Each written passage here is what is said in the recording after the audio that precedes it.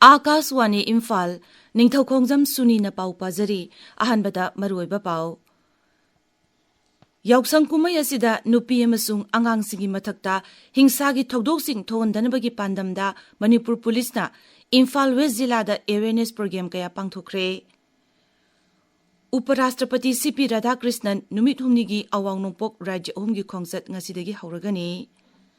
Lau singu amadi khungangda awonba porakpa haiba hiram asida ngasi pangthokadaba webinar da Pradhan Mantri Narendra Modi saruk yagani.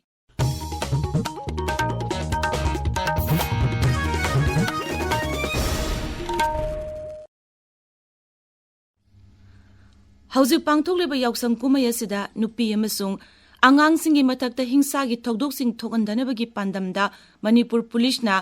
Imphal West Jilagi Konthaujam Makha Lekai amasung Lamboi Khongnangkhongda awareness program kaya pangthokre.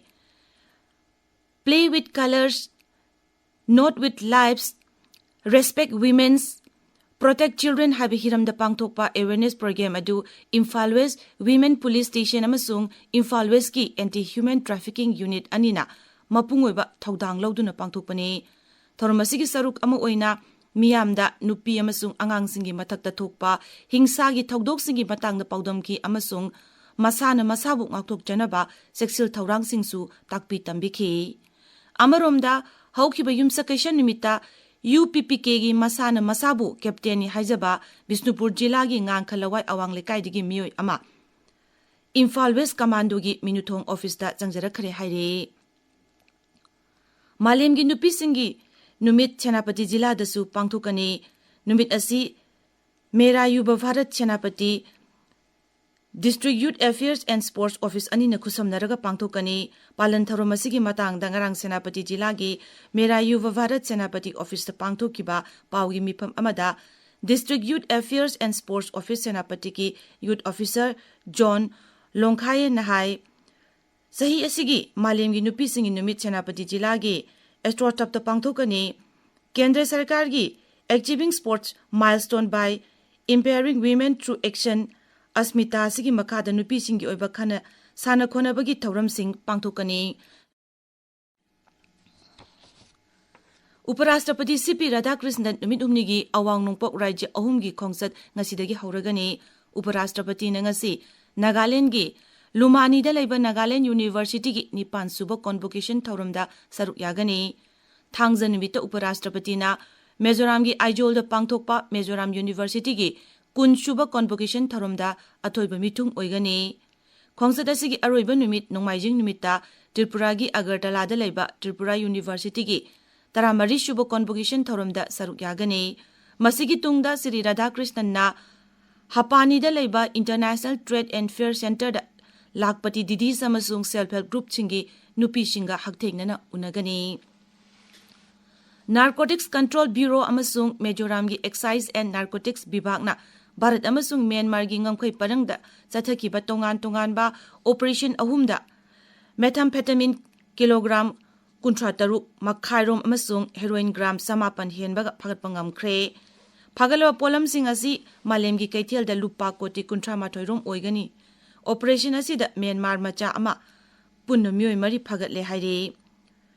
Indian Air Force ki fighter jet Sukhoi 30 MKI ngarang Karbi Anglong da kaikre. Fighter jet asi Assam gi Jorata gi paikat ki badigi thiba khangdana leirakpani. Indian Air Force na ikon konba oina numidangi pung 3 minute nifu nithoi pawba paw phomnaram ki hauzik mafam adu da thiba humbagi tabak chathari. Tabiriba paw asi Akaswani Imphal dagini.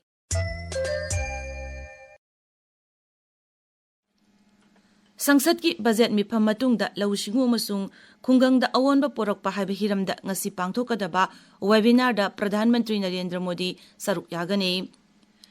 Hiram asigi makhada tongan lamsing maruoina lausingu, Fisheries, Dairy amasung Animal Husbandry yauna webinar sing pangthokani. Webinar asida maruoina lausingu pothoksing henna marang kaina puthokpaga mari leinaba wafam kaya khanagani. Masiga loinana Animal Husbandry gi lamda private sector amadi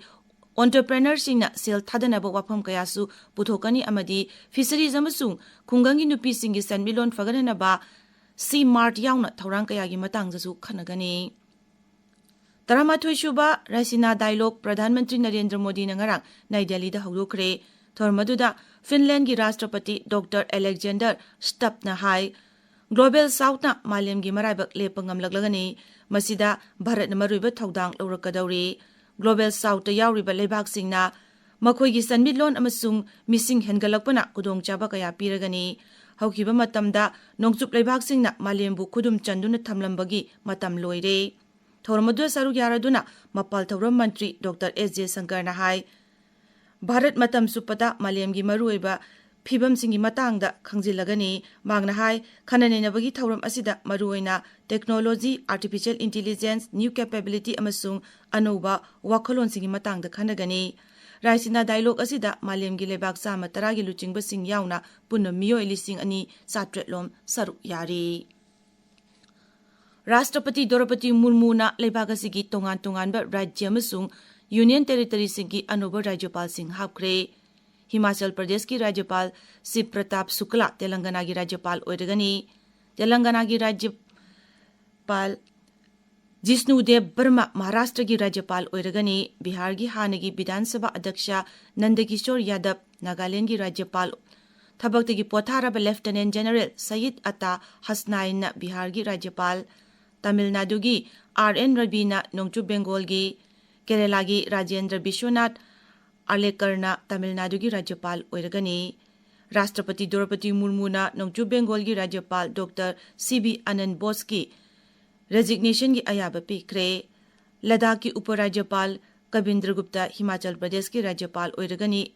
Delhi ki Uparajyapal Binay Kumar Saxena Ladakh ki Uparajyapal oina haple Hanagi diplomat Taranjit Singh Sandhu na Delhi ki Uparajyapal oiragani Pradhan Mantri Narendra Modi na ngarang France ki Rashtrapati Emmanuel Macron ga wari sanakre social media da thagat pa warol amada Pradhan Mantri na hai luchingbani na maruina nongchup Asia gi oirakliba tangdu leita dabagi phibam gi matang da kupna wari sanaki mangna hai nongchup Asia gi oiriba phibam asi mausa gi phibam da hanjilaknamba punna phamina duna wari sanabagi tangai padaba lei loina na hauzik irang thokliba lebak anina santi poraknaba amadi yumthangnariba lebak singda akaiba thoktanaba ningthina khanthaba changi Chhattisgarh ki Dantewara amasung Bijapur jila gi lonaba umangda security force ka Maoist singa khut thoknabagi tawdokta Maoist ki makok thongba miyoi ama sire miyoi asi lupa lakh 5 gi mana lauthokrabani haire police ki pauna hai Gulamnar Girsapara amasung Nelgora gi mafam singda Maoist sing leire habi akaknaba pau phangbadagi thibuhum gi thabak chathabada tawdok adu thokibani Maoist sing security force na nungmai kapsilaki madu security force na handuna kapada miyoi du sikibani Ngasi phongba pause singi maroiba pausingi namak hauzik Kshetrimayum Birosh leire Birosh Thagachari Suni Yausung kumai mari leinana press suti oikibadagi Imphal da phongba pause sing phongnadre chingi jila sing da phongba pause singi maru oiba pau khara lokachari Tamenglong da phongba Ganfyu Melda NIA court na UAPA case amaga mari leinana phakhiba Mark Haukip bail pikre amasung International Women's Day hayeng Tamenglong jila da pangthoklagani haiba pausingna maru oiba pau oina phongnari Tamenglong jila gi Apollo Bazar daki Topilo Lekai Phauba Resit Pavement Road Semba Haure haiba pau asina Tamenglong Times ki anishuba headline oiri Iran na Israel da missile attack 18 rom sathakre haiba pausu pauchei asiga ahanba lamai da phongli